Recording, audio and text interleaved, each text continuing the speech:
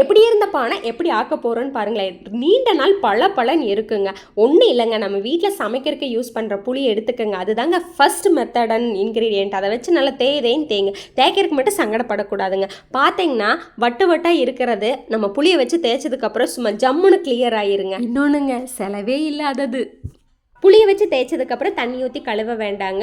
ஏன்னா புளி பாதி மண் பாதி தான் வந்துட்டு பானையை இன்னும் பளிச்சுனாக்கும். அதனால் ஃபஸ்ட்டு புளியை வச்சு நல்லா உள்பகுதி வெளிப்பகுதியெல்லாம் தேய்ச்சதுக்கப்புறம் செம்மண் வச்சு நல்லா அதே மாதிரி அழுத்தி உள்பகுதி வெளிப்பகுதி எல்லாமே ஜம்முன்னு தேய்ச்சிருங்க. பானை கற்றுவாங்க, எனக்கு வலிக்குது விட்டுருங்கன்னு சொல்லிட்டு. ஆனால் பானையை நம்ம அழகாக்கணுன்னா தேய்ச்சி தாங்க ஆகணும்.